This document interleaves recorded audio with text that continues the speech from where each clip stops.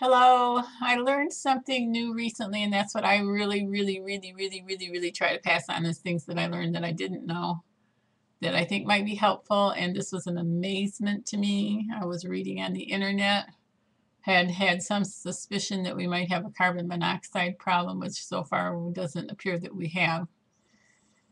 Um, Several years ago, I almost, actually, our whole family almost died from, would have, had we followed our regular routine, we'd have all been dead from carbon monoxide poisoning. But as it was, I was the one that was left in the house when the levels were high, and so it was my life that was saved. Um, what I learned when I was reading on the internet was that there's really no way they can tell you exact, from what I read. I'm just going to tell you what I read. If you have um, conflicting information, please feel free to leave it in the comment section below. What I read was that there really is not any way for them to tell you how long your carbon monoxide detector will be good for, but probably 2 to 5 years. Now, when I bought our first carbon monoxide detector, the package said it needed to be replaced in 10 years. Wherein the discrepancy lies, I do not know. But I just will tell you that my package said, I'm sorry, having one of those moments. The package instruction said it would be good for 10 years. And the stuff I read the other day on the internet was that there's really no way they can tell you. That test button on your carbon monoxide detector means absolutely nothing except that you have electrical current going through it. Apparently there's some kind of a process that little Miss not tech savvy here. Apparently there's a process that the detector goes through in analyzing the air. And in order to replicate that, I can't say this, in order to replicate those conditions of you have to have a situation that's a controlled situation that you're not going to be likely to reproduce in the home. I guess that's what the idea was. I didn't say that very well. Having said that, they said 2 to 5 years, but there's no way that they can tell you where you're going to fall in that 2 to 5 years with your detector without this fancy dancy test that you're not going to be able to just run down to your cooperative extension agency or someplace and get done. So we had 2 carbon monoxide detectors here. One was approximately 16 to 22 years old. I can't really remember exactly when we bought it. The other one was probably 8, 9, 10 years old. Eat my M&Ms here. So that was a shock to me. And of course, I got up my courage and laced up my shoes and went to the store at 11 o'clock at night, bought another carbon monoxide detector, opened the windows a little bit. Trying to think if there was anything else I was going to say about that. It's on my new one. I'll show you my new one here. Just hold on one second. I got it right here. Don't go away. On the new one, the on a new detector, it has a little,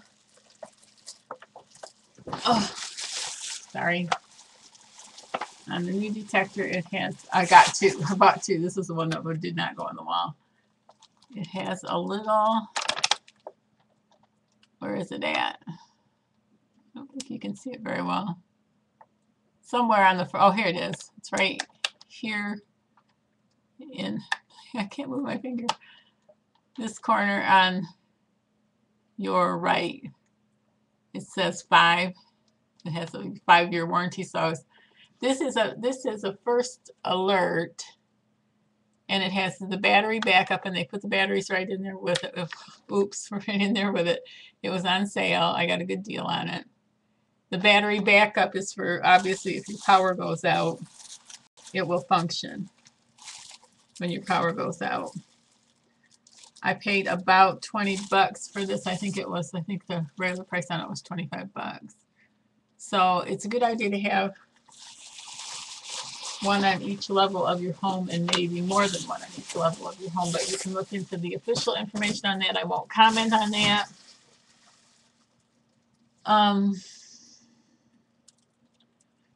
So I was joking with the young people at the store at 11 o'clock at night that were helping me. And they said, oh, it's guaranteed for 5 years, because I was telling them it said on the internet 2 to 5, and you don't know where you fall in that 2 to 5.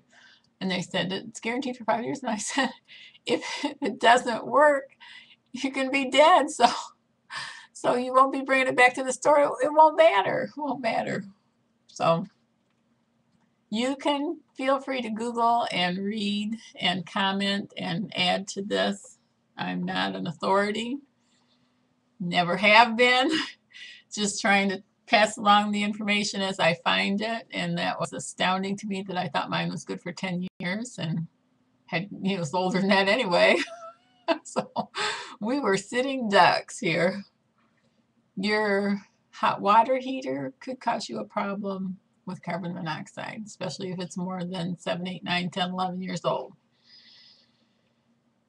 A bird or a squirrel, I believe, could build a nest or an obstruction in your chimney that could cause you a carbon monoxide problem. Not having your furnace serviced on a regular basis could cause you a carbon monoxide problem. If you have a gas stove, I think there's a possibility for one there if it doesn't burn clean. If you have, somebody help me here. I read stories. Now I'm at 6.5 minutes, but I'm going to ask you to listen to this part. There was a woman who worked in a building, and her desk was near a door that led directly to the outside. So there was a door near her desk, and outside the door, out in the open spaces, outdoors, was a stoplight where cars and trucks and vehicles and diesel engines and buses and so forth sat at that stoplight. She got so sick while she was at work that she had projectile vomiting that she couldn't bring under control. She'd get home and breathe clean air and get over it, and then the next day she'd go back to work and get sick again. Infants can die at fairly low levels. I read some things about that. You might want to read up on that. If this one did not have a digital display, my old one is still plugged in as like an extra just in case, We put the new one in the basement. The old one does have a digital display. However, it doesn't read out any numbers unless it's above a certain parts per million. The concentrations that we had in our home when I opened up all the windows on the main floor and went outside and waited for the furnace guy to come, and turned out it was our hot water heater that needed to be replaced. The concentrations that were in our basement at the time that he went down there, even after I had all the windows and everything open on the main floor of the house, back door, front door, big windows in the living room, everything was open, were still high enough to cause death in 10 minutes. If you have levels that are higher yet, which is possible to achieve, death can occur in 3 minutes. I think that was, I shouldn't quote numbers because I'm not real sure. I'm thinking that was 6,400 parts per million, 6,400 parts per million, I think is what it was. I could be way off there. Death in 3 minutes. You can drown for 6 minutes and be alive and be revivable, give or take a little. And it's been, in cases, it's been much longer than that. But they're talking ding dong dead in 3 minutes. So it's really sad to see there was that pre-Halloween storm in the east that dumped all that snow, and the whole family, I think they put their generator in their garage, probably because they didn't want someone to unplug it and walk away with it. If you think about the security issues of having a generator, you might want to choose another way to get around a power outage. So it's not funny because I think the whole family died, if I remember the story right. It's not funny. It's just amazing when you think about, I mean, wouldn't you think you'd read the directions? I don't know. I don't know. Anyways, apparently, I didn't read the story or see it. I just kind of heard it out of one ear. Apparently, they put the generator in the garage. Don't know if they shut the door or not. But apparently, that might not have been an issue either, because that lady was sitting at her desk and the vehicles were outside, and the stuff was seeping through the doors at concentrations high enough to cause projectile vomiting. Oh, my screen just went on me. That means I talked too long. My screensaver went on. So at any rate, I don't know if you've ever seen projectile vomiting before, but it's like something out of a horror movie. It's just it's unbelievable stuff. I've seen it. It's unbelievable stuff. So it's not a funny topic.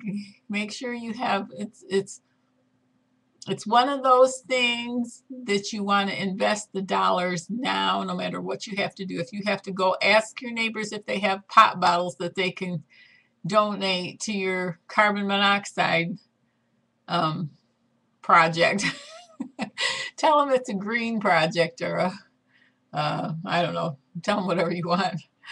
But I would go borrow money from my Aunt Sally's sister Wanda or somebody to get carbon monoxide detectors rather than to face the alternative. So if you don't have the money in your budget, I would borrow the money. I would cash advance the money. I would put it on a charge card that was near its limit. I would do whatever to get a carbon monoxide detector or 2 or 3 in the house because, you know, nobody wants to face a tragedy like that. Nobody wants to wake up and find out that their kids are no longer with us. No kid wants to wake up and find out that their parents are no longer with us. Nobody wants to find out that, you know, if the parents are divorced and one of them's living in a different home, nobody wants to find out that their divorced spouse and their kid died on the weekend. So buy one for your divorced spouse if your kids are going to be over there. Nobody wants to be the one that the kid was gone for the weekend and, you know, to the other spouse's home, and you died on the weekend and they got no mama or daddy to come home to on Monday or Sunday night or whenever. Nobody wants that kind of trouble. So please do whatever you need to do. We're going to put up our other one. We got one up. We got 2 old ones that are still plugged in, and we're going to put the other one up. And then I might still do something to make sure we're not having carbon monoxide problems. It was a little too close for me. The good Lord was the good Lord had other plans for me. I needed to do a few more things. That was several years ago. I'm thinking it was more than 10 years ago. It was interesting because I'm going way over time here. The carbon monoxide detector had been unplugged for a few days. We had always had it plugged in. Somebody wanted to use that electrical outlet for a kind of a funny, cute little purpose. And that morning, I was going to do my little fly lady cleaning routine. And I came into the living room, and there was this urgency of do your cleaning routine, do your cleaning routine, do it now, just do 10 minutes, just do your 10 minutes now. And I was like, okay, I'll do my little cleaning routine. And I hadn't done this version of her cleaning routine very often. It was like the living room was the zone for the week. And so I leaned over and plugged in the carbon monoxide detector, which had gotten unplugged on Halloween. And the sucker went, went off. And I was like, no. I'm like, okay, we're going to pretend this is a carbon monoxide detector because I already put it back in the bag. I was like, blew it to try to make sure there was any dust or anything in there. And it went off again. And I'm like, what are the chances, that it could go off when it just was plugging it back in the wall? It had been unplugged for several days, maybe a week or 2. I don't know. And it wasn't very long, but unplugged less than a month. And sure enough, if I had laid down for a nap that afternoon, if I had gone and taken my shower, that would have drained the hot water heater. My husband had already showered and gone to work, so it had already spewed forth its carbon monoxide enough to set the sucker off. I'd have gone and taken my shower. It would have caused it to the hot water heater to 14 minutes. Better finish this clip to go on again. I'd have laid down for a nap or something that day, and that would have been the end. God bless your efforts to prepare. Get this one taken care of. Thank you. Bye.